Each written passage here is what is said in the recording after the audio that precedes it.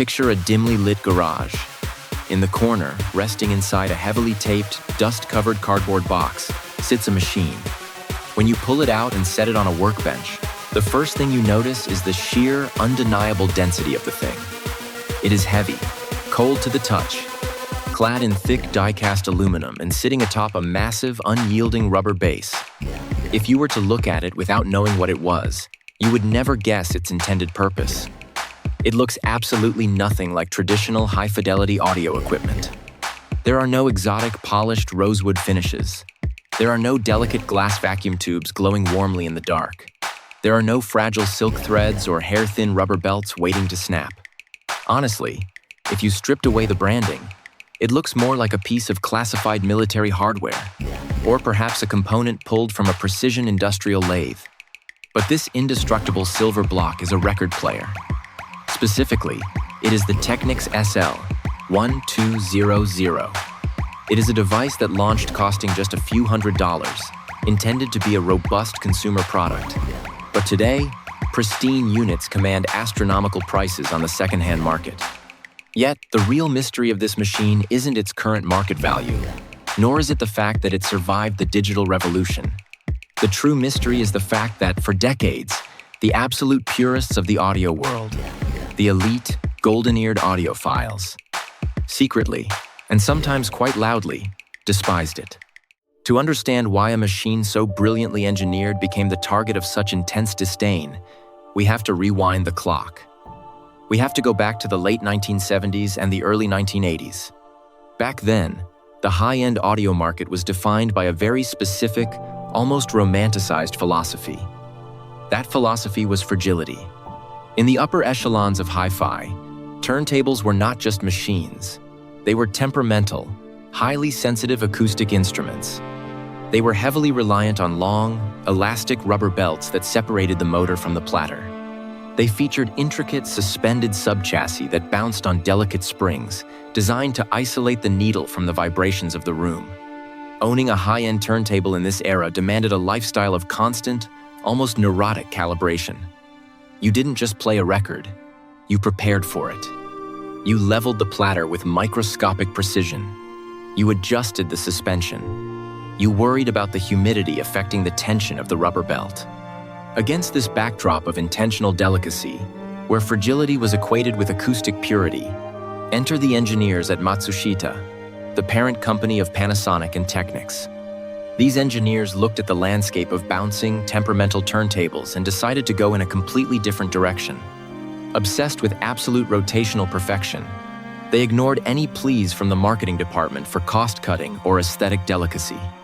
They didn't want a machine that needed to be coaxed into playing at the right speed. They wanted a machine that would lock onto 33 1/3 revolutions per minute and stay there, immovable, even if the building was falling down around it. They solved the problem of speed stability not with delicate isolation, but with the sheer, unapologetic brute force of Japanese engineering. And this relentless pursuit culminated in the consecration of the legendary MK2 model of the SL-1200. This is where we have to look under the hood, to break down the impossible technology that turned this heavy silver block into an absolute legend. To achieve their goal, the Technics engineers utilized the direct drive motor.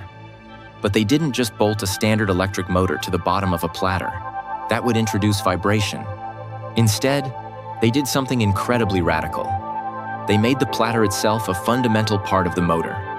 Think about what that actually means. If you lift the heavy aluminum platter off an SL-1200, you will see a large circular magnet attached to its underside. Beneath that, fixed to the chassis of the turntable, is a series of copper stator coils. There are no gears. There are no rubber belts to stretch, wear out, or snap. There is no physical connection between the power source and the spinning platter whatsoever. When you turn the machine on, electricity pulses through the copper coils, creating a magnetic field that pushes and pulls against the magnet on the platter. The platter is essentially floating on a wave of electromagnetism. But how do you control that wave so it spins at exactly the right speed? The engineers implemented a quartz-locked control system.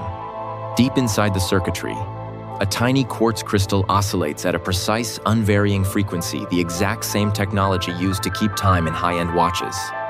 This quartz oscillator acts as a flawless conductor, monitoring the speed of the platter and adjusting the magnetic pulses thousands of times a second to ensure the rotation remains at an exact, flawless pace. And then there is the physical construction. A motor this powerful could easily send vibrations up into the needle, ruining the sound.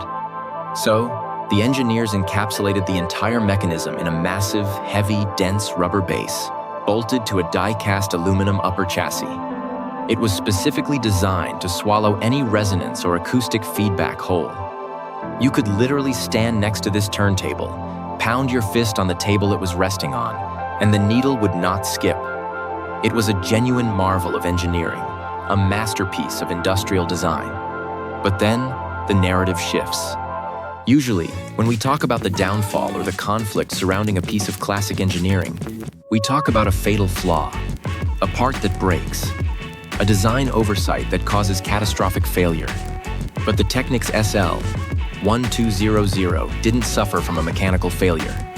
It suffered a tragedy of reputation. Its fatal flaw was that it was simply too good at what it did. Because of that massive magnetic motor, it started up incredibly fast. It could go from 0 to exactly 33 1/3 RPM in a fraction of a second. It was exceptionally reliable. It was utterly indestructible. You could spill a drink on it, drop it in the back of a van, expose it to cigarette smoke and extreme humidity, and it would just keep spinning, flawlessly, night after night. And precisely because of those rugged, uncompromising traits, it was not adopted by middle-aged men smoking pipes in velvet armchairs, sipping cognac in acoustically treated listening rooms. It was adopted by the streets. It was discovered by club DJs. It was embraced by the pioneers of hip-hop in the Bronx. The high torque of the direct drive motor meant a DJ could physically grab the record, stop it, pull it backward, and let it go. And the platter would instantly snap back to the correct speed. It wasn't just playing music anymore. The machine itself had become an instrument. Grandmaster Flash, Kool Herc, the entire foundation of modern turntablism was built on the indestructible aluminum back of the SL-1200. And this is exactly where the intense snobbery of the audiophile community reared its head. To the elite purists, the SL-1200 became the enemy. High-end audio has always been a hobby, heavily invested in exclusivity and the illusion of esoteric knowledge. The idea that a mass-produced, Japanese, industrial-looking machine favored by nightclub DJs could sonically compete with their delicate, $30,000 belt-driven masterpieces was deeply offensive. It was a blue-collar machine infiltrating a distinctly white-collar hobby.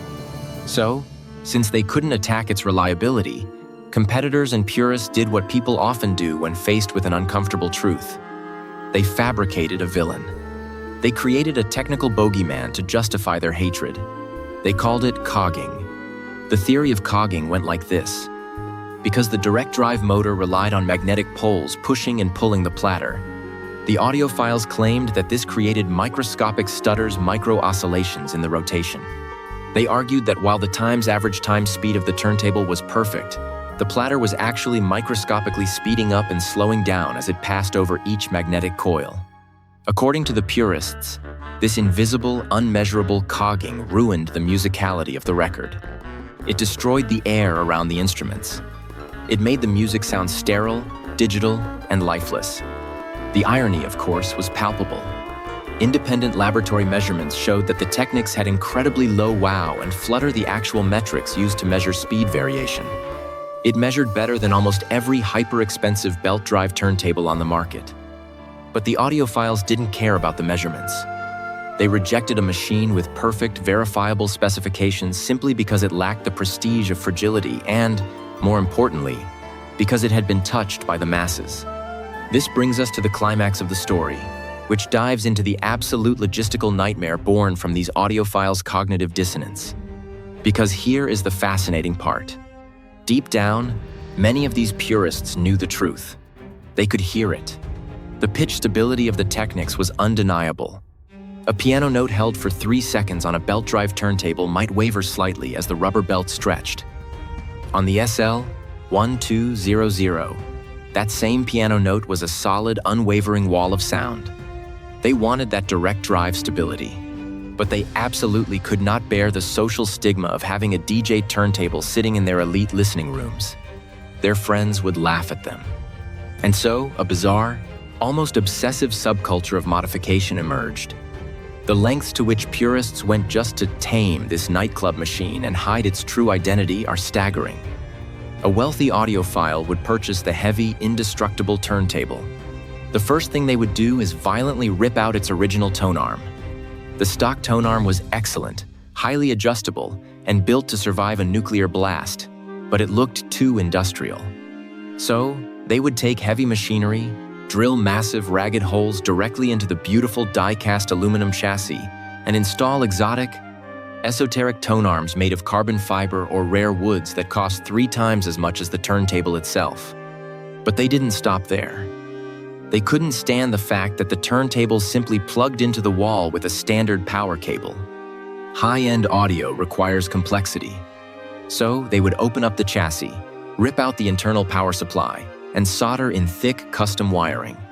They would route this wiring out to external power supply's massive, heavy metal boxes the size of car batteries that sat on the floor next to the audio rack. They replaced the thick, vibration-swallowing rubber mat with mats made of copper, or cork, or deer hide. They unbolted the heavy rubber feet and replaced them with sharp metal spikes that supposedly drained vibrations into the floor. It was a chaotic, incredibly expensive, and entirely irrational attempt to gentrify the machine. They were spending thousands upon thousands of dollars to fix something that was never broken to begin with. They were performing invasive surgery on a masterpiece of engineering, all to erase its DJ identity. They needed it to look like a science experiment so they could justify bringing a blue-collar tool into an elite space. But time has a funny way of settling these kinds of debates.